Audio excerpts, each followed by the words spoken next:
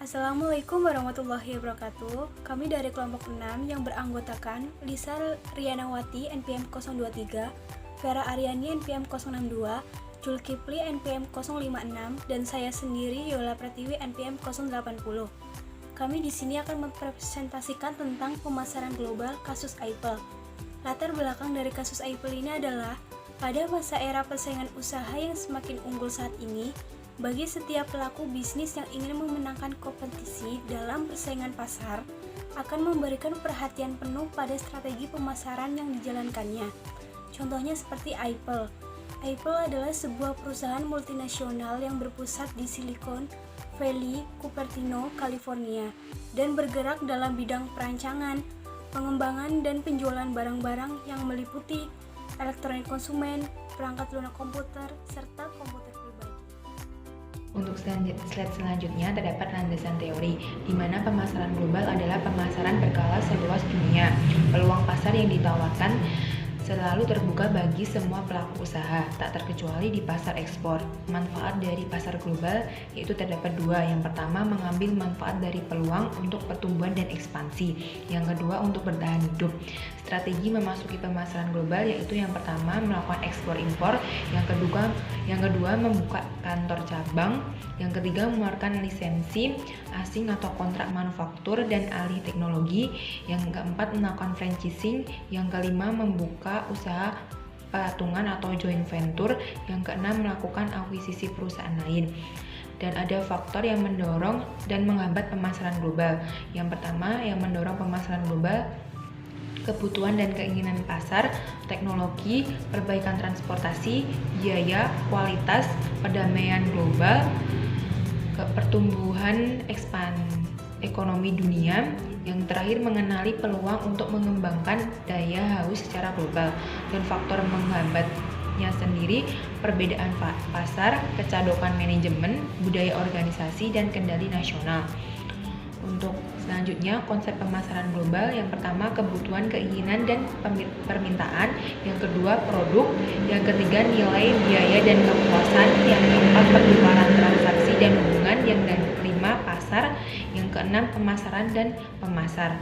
Untuk selanjutnya yaitu ada rumusan masalah. Bagaimana perusahaan Apple yang bergerak dalam bidang perancangan, pengembangan, dan penjualan barang-barang dalam mengatasi adanya pemasaran global. Di sini saya akan melanjutkan Vera Aryani. Apple Inc. atau sebelumnya bernama Apple Computer Inc. adalah sebuah perusahaan yang terletak di daerah Silicon Valley, Cupertino, California, yang bergerak dalam bidang teknologi komputer. Strategi Apple dikenal sebagai perusahaan yang mementingkan aspek user friendly.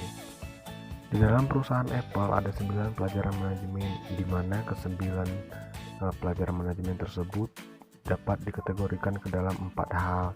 Yang pertama, membuat produk sebagai raja, yang kedua membuat pelanggan sebagai raja, yang ketiga menerjang pola yang ada dalam pemasaran, dan yang terakhir memperbaiki pimpinan dan rencana kerja.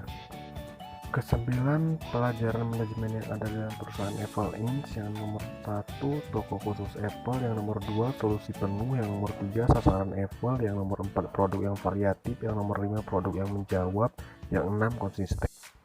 Selanjutnya ada harga, inovasi baru, dan yang terakhir adalah daya tarik.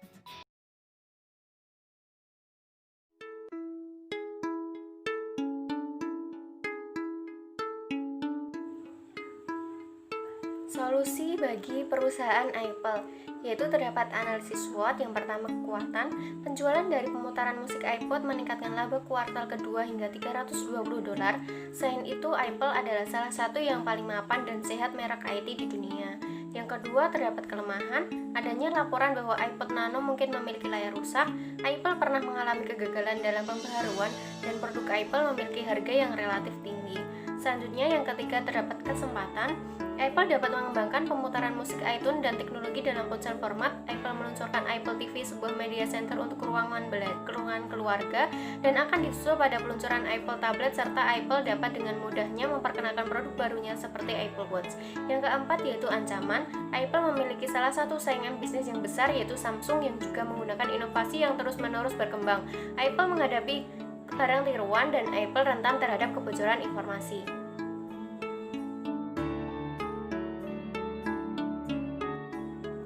Selanjutnya yaitu kesimpulan, Apple merupakan perusahaan multinasional yang berpusat di Silicon Valley, Cupertino, California, dan bergerak dalam bidang perancangan, pengembangan, dan penjualan barang-barang yang meliputi elektronik konsumen, perangkat lunak komputer, serta komputer pribadi. Beberapa perangkat lunak ciptaannya pun mampu bersaing di bidang kreatif seperti penyuntikan video Final Cut Pro, penyuntikan suara Logic Pro, dan pemutaran lagu iTunes yang sekaligus berfungsi sebagai toko lagu online. Dalam menghadapi persaingan global, perusahaan Apple mempunyai 12 pelajaran manajemen yang dikategorikan dalam 4L: membuat produk sebagai raja, membuat pelanggan sebagai raja, menerjang pola yang ada dalam pemasaran, dan memperbaiki pimpinan dan rencana kerja. Selain itu, perusahaan Apple juga menggunakan analisis SWOT untuk meningkatkan mutu perusahaan. Analisis SWOT adalah alat sederhana namun sangat membantu dalam mengembangkan strategi bisnis yang dapat membangun bisnis atau mengembangkan perusahaan lebih baik lagi. Sekian presentasi dari kelompok kami, kurang lebihnya mohon maaf. Wassalamualaikum warahmatullahi wabarakatuh.